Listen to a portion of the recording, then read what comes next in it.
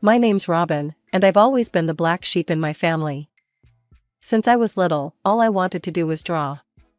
I'd spend hours creating characters in my sketchbook, superheroes, animals, magical creatures, you name it. After high school, while everyone was heading off to college, I made what my family called the biggest mistake of my life. Instead of university, I enrolled in 3D modeling courses. I still remember my mom's face when I told her. She just stood there in our kitchen, dish towel in hand, looking at me like I'd lost my mind. "What do you mean you're not going to college?" she asked, her voice rising.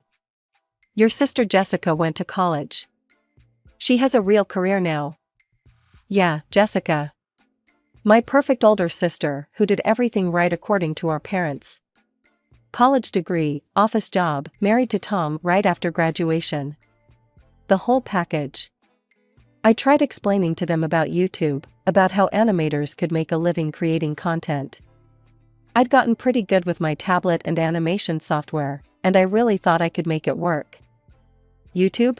Dad scoffed one evening during dinner. "That's not a real job, Robin. You're going to live with us forever at this rate." The worst part was, at first, they were kind of right.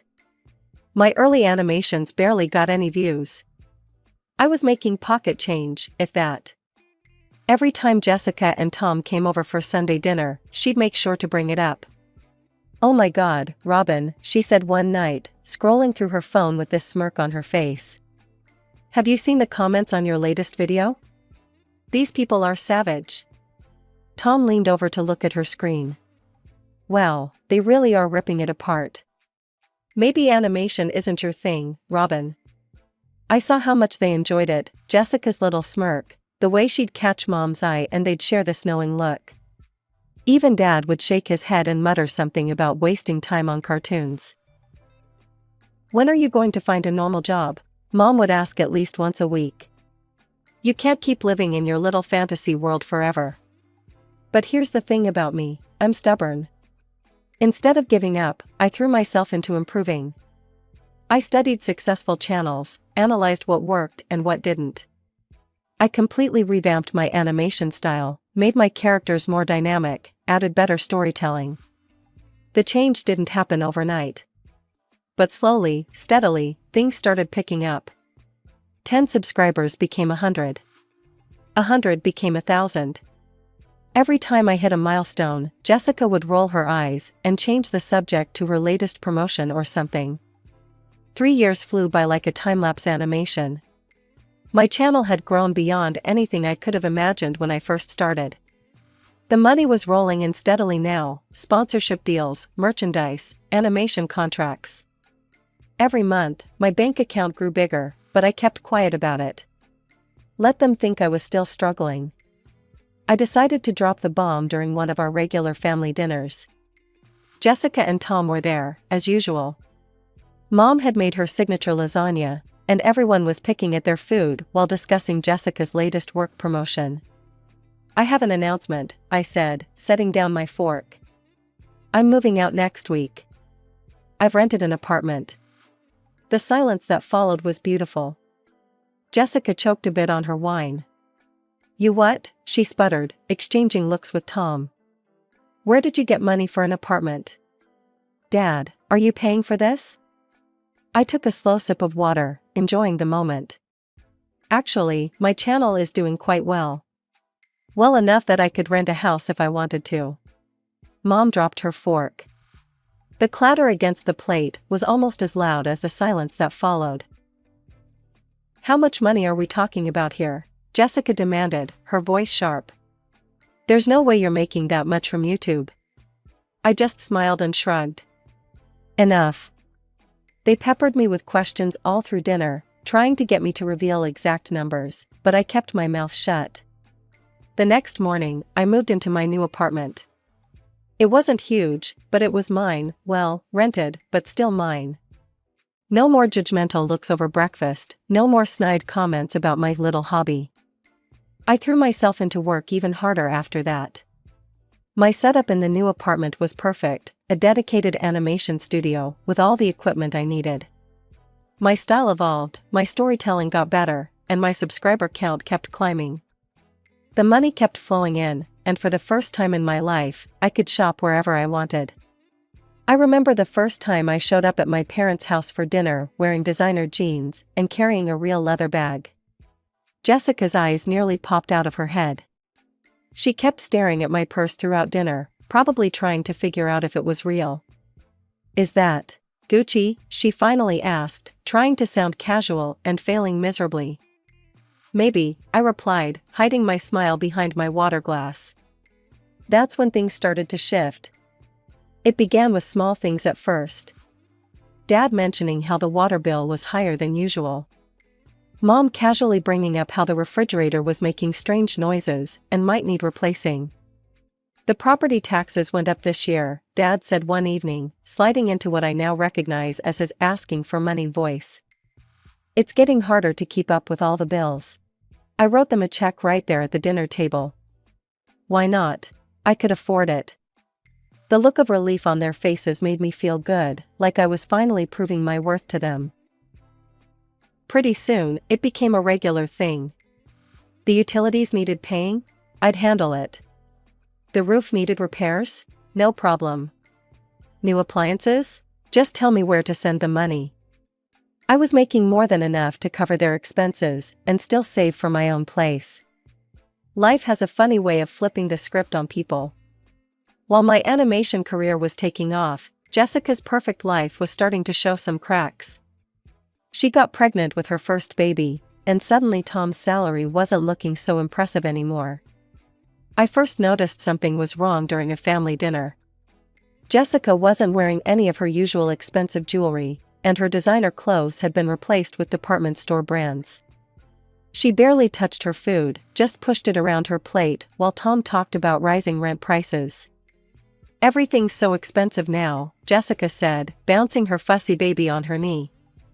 "Diapers, formula, clothes, they grow out of everything so fast." I caught her looking at my watch, a little splurge I'd bought myself to celebrate hitting 5 million subscribers. The old Jessica would have made some snarky comment about it. Instead, she just looked tired. That night, I logged into my banking app and set up a monthly transfer to her account. Not a huge amount, but enough to take the edge off. I didn't tell her it was from me at first, but she figured it out pretty quickly. "You don't have to do this," she said when she called me about it, trying to sound proud, but I could hear the relief in her voice. "I want to," I replied. "That's what sisters are for, right?" When I turned 26, I decided it was time to level up my business. Working from home was fine when it was just me, but I had bigger plans. I rented out an entire floor in an office building downtown, floor-to-ceiling windows, modern furniture, the works. Then I started hiring other artists, talented people who shared my vision for creating amazing content. "You have your own company now?" Mom asked when I told them about it. "Like, a real office with employees and everything?" "Yeah," I smiled. "A whole team of animators. We're working on some really exciting projects." My success kept snowballing. I bought myself a beautiful apartment in one of those fancy high-rises with a doorman and everything. Then came the new car, nothing too flashy, but definitely nicer than anything I'd ever dreamed of owning before. I was even starting to look at houses, thinking maybe it was time for something bigger. Then Jessica announced she was pregnant again. She tried to sound excited when she told us over dinner, but I could see the worry in her eyes. Tom had lost his job a month earlier and was doing contract work that barely covered their existing bills. "We might have to move to a smaller apartment," Jessica said quietly after dinner, while we were doing the dishes. "The landlord's raising the rent again, and with another baby coming." I didn't even hesitate. "Don't worry about the rent. I'll cover it." And just like that, I became responsible for my sister's rent. The same sister who used to mock my little cartoons now lived in an apartment paid for by those very cartoons. She stopped making snide comments about my career choices after that. Amazing how money can change people's perspectives. Our Saturday family dinners had become a regular thing again. Every weekend, I'd drive over to my parents' house, where Jessica, Tom, and their kids would already be waiting. The food was always good, the kids were cute, and everything seemed perfect on the surface. But there was a new pattern I couldn't help noticing. The washing machine's making that weird noise again, Mom would say, carefully watching my reaction over her coffee cup. Tommy's growing so fast, Jessica would add. He needs a whole new wardrobe for school, and with the baby. It was always something. A broken appliance, school supplies, medical bills, house repairs. The hints weren't even subtle anymore. The property taxes have gone up again, Dad mentioned one Saturday, pushing his mashed potatoes around his plate. And the roof really needs work before winter. I always said yes. Why wouldn't I? My latest merchandising deal alone could cover their expenses for a year. Besides, it felt good to be able to help, to see their relief when I'd write another check or make another transfer. One night, while watching them all around the dinner table, Mom serving dessert, Dad telling one of his old jokes, Jessica's kids making a mess with their ice cream, I had an idea. How about a family vacation? I suggested. 2 weeks in Hawaii? You should have seen their faces. Mom actually dropped the serving spoon. Hawaii? Jessica whispered, like she was afraid saying it too loud would make the offer disappear. Are you serious? Dead serious. All expenses paid. The whole family. The trip was amazing. Seeing my parents experience their first real luxury vacation, watching Jessica's kids build their first sandcastle, even Tom seemed to relax for the first time in years. Mom cried when we had to leave. But I had an even bigger surprise planned. Mom and Dad's 35th wedding anniversary was coming up, and I wanted to do something special. They'd been driving the same old minivan for over a decade, and it was definitely showing its age. I went all out for the anniversary party. Catered food from their favorite restaurant, new outfits for both of them, decorations, everything. The house was packed with relatives and old friends, all celebrating their milestone. When it came time for gifts, I handed them a small box with a bow on it. Mom opened it, saw the car keys, and looked confused for a moment. "What's this?" she asked. "Look out the window," I told them. There it was, parked in the driveway, a brand new SUV with a big red bow on top. Not the most expensive car out there, but perfect for them, safe, comfortable, plenty of room for groceries and grandkids. They hugged me, tight enough to hurt a little. "We're so proud of you," Mom whispered in my ear. So proud. Looking back now, I should have noticed something off in their expressions when they said that. But I was too happy in the moment, too pleased with being able to give back to my family. Too blind to see what was really going on. It was a peaceful Saturday morning, 2 weeks after the anniversary celebration. Mom and Dad had gone shopping in their new car, excited to take it for a spin. I stayed behind at the house, wanting some quiet time in my childhood home. I wandered into Dad's office, where I used to spend hours doing homework at his big oak desk. Mom had been talking about organizing all the old family photos and documents piled up in the corner, and I figured I'd help out while I had some free time. It was like a trip down memory lane. Report cards from elementary school, Jessica's college acceptance letters, old family vacation photos, birthday cards we'd made as kids. I smiled at a particularly terrible drawing I'd done of our family when I was 4, stick figures with wildly disproportionate heads. That's when I noticed the manila envelope. It stood out among the yellowed papers and worn photo albums, crisp, new, official looking. It wasn't weathered like the other documents, the paper was still stiff, the edges sharp. I shouldn't have opened it, but I did. Inside was a legal document, dated just days after the anniversary party. The heading read, "Last Will and Testament." My hand started shaking as I read through it, the legal jargon swimming before my eyes until I found the important part. All assets and property to be transferred to our daughter, Jessica Martin. I read it again. My name wasn't there. Not anywhere. Everything, the house I'd been helping pay for, the car I'd just given them, all of it, was going to Jessica. The paper trembled in my hands. I felt sick to my stomach.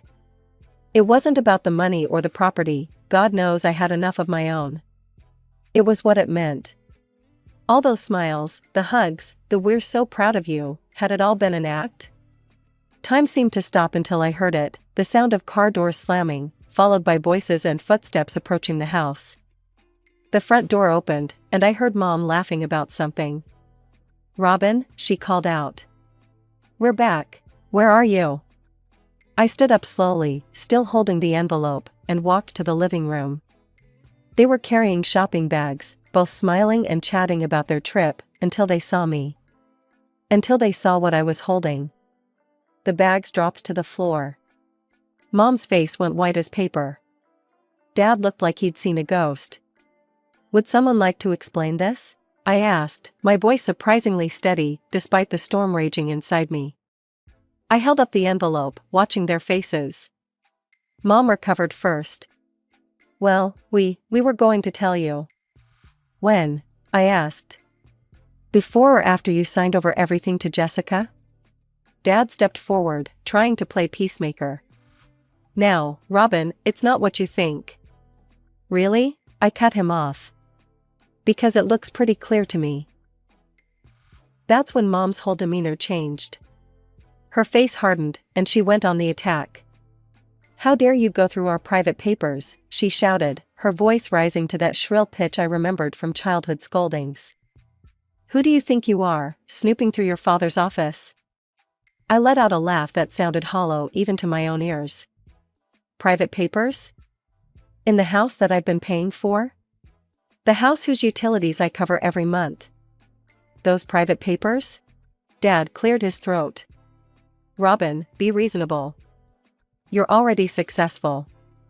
You have your own money, your own apartment. Jessica, she needs this more than you do." I stared at him, unable to believe what I was hearing. "That's not the point, Dad. If you wanted to leave everything to Jessica, fine. But you could have talked to me about it. Instead, you went behind my back, right after I gave you a car, right after telling me how proud you were of me." "We don't have to explain ourselves to you," Mom burst out. "We're your parents. We can do what we want with our property." "Your property?" I repeated. "The property I've been maintaining? The bills I've been paying? That property?" "Give me that envelope," Mom demanded, holding out her hand. "And I think you should leave. And don't come back until you learn some respect." I stood there for a moment, looking at these people who I thought I knew. My mother, red-faced and angry. My father, unable to meet my eyes. I placed the envelope carefully on the coffee table. "Keep it," I said quietly. "Keep all of it." I walked out without another word, got in my car, and drove home to my apartment. I was just stepping out of a hot shower, trying to process everything that had happened, when my phone rang. Jessica's name flashed on the screen. "How dare you," she screamed, before I could even say hello.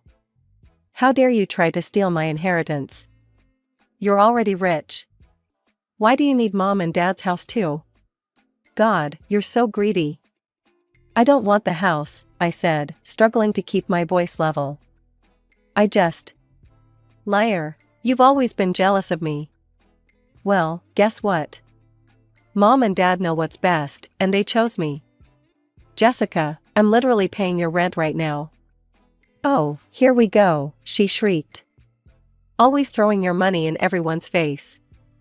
That's all you care about, isn't it? Money, money, money." I felt a laugh bubbling up, a slightly hysterical one. "I care about money? Me? That's rich, coming from you. You think you're so much better than everyone else just because." I hung up. Just hit the red button mid-rant and tossed my phone onto the couch.